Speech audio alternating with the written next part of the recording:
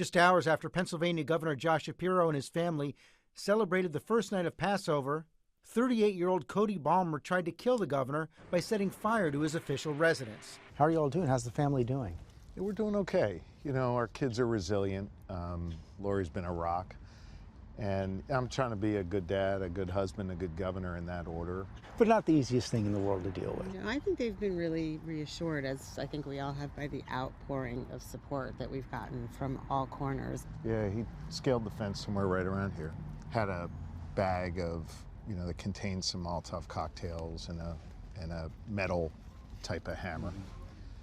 And our understanding is he kind of laid in wait here for I heard maybe in that bush for a little while as well. And he tripped off one of the security sensors here, which prompted a state trooper to come out and try and figure out what was going on. While he was here? While he was here. It was dark, and the trooper wasn't able to spot him. And that allowed him to come up here along this walking path and through the rose garden. He broke this second window here, the window on the right, hit it with a hammer, threw a Molotov cocktail in there. And that immediately set off all the alarms, right? Fire and explosion. And what appears from the footage is he didn't go through this window.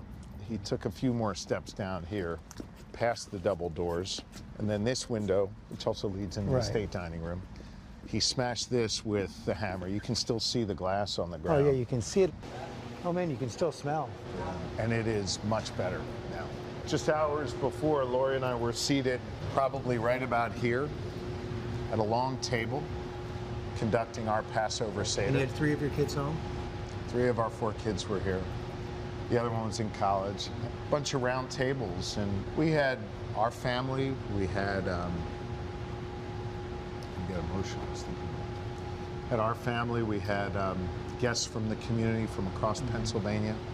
It was just a really beautiful night. We were probably downstairs till almost midnight, and then went upstairs, maybe got in bed around 1 o'clock, and this happened about an hour later. Around 2, right? Authorities said Balmer admitted to harboring hatred towards Governor Shapiro, and had he confronted Shapiro in the residence, would have beaten him with his hammer. Pennsylvania State Police said Balmer later called 911, identified himself, and said Shapiro, who is Jewish, needs to know that he will not take part in his plans for what he wants to do to the Palestinian people. Balmer, being held without bail, faces a series of charges including arson, burglary, attempted murder, and terrorism. It's our first time back in this room. It is? Wow.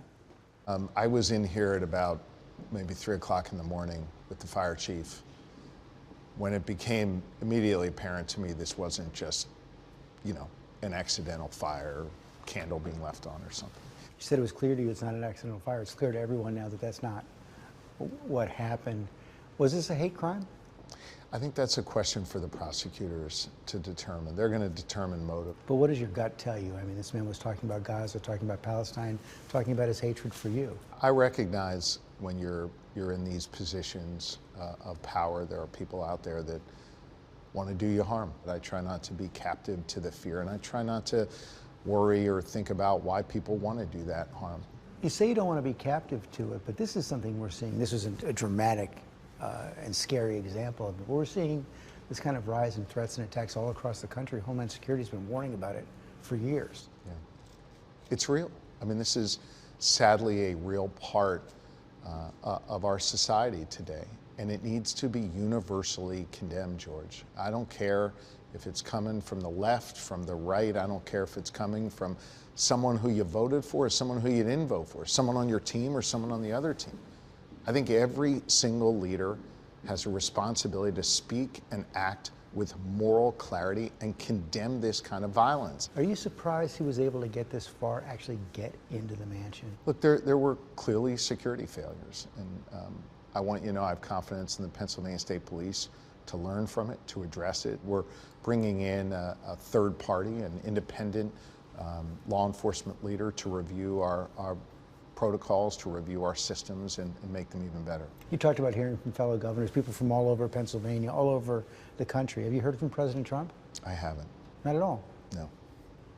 Anybody in the administration? I heard immediately that day from Director Patel of the FBI, and I've heard from Attorney General Bondi. Attorney General Bonnie has not yet said this was an act of domestic terrorism. Do you believe it was?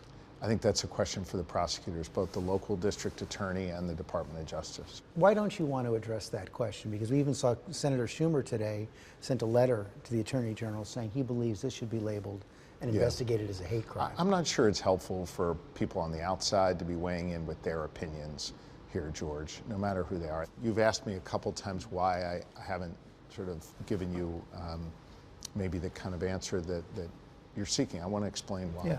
I know as a former prosecutor how important it is to follow the evidence and apply the law, and to do so without fear or favor.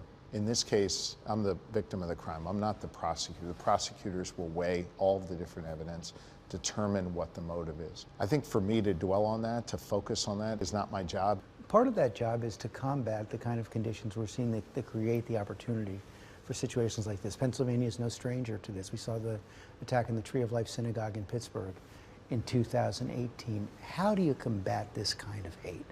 By speaking and acting with moral clarity. Let me explain. Immediately following the assassination attempt on the former president, now president, in Butler, Pennsylvania, I condemned that in the strongest of terms. I spoke to the victims. I went to Butler. When the assassin who killed the U.S. healthcare CEO was caught in Altoona, Pennsylvania, I immediately went there and condemned that kind of violence in clear terms. And I think it's also important when you're not dealing with a traumatic event in Butler, in Altoona, or here in Harrisburg, to be leading every day in a way that brings people together and doesn't just continually divide us. I know you know this, but Republican Congressman of Pennsylvania comes out and says that your rhetoric about President Trump, he didn't quite say is partly to blame for this, but he cited it as something that people have to get under control. Again, I think leaders have a responsibility to speak and act with moral clarity, and that particular congressman failed yet again. The governor and first lady are determined to welcome everyone back to their home. This is a room for everyone. This is a room that has a mezuzah on the wall and a Christmas tree in the corner and a prayer mat for those who are celebrating Ramadan. And we want this place to be back and functioning for people of all faiths and all walks of life as quickly as possible. Not going to change. Absolutely not.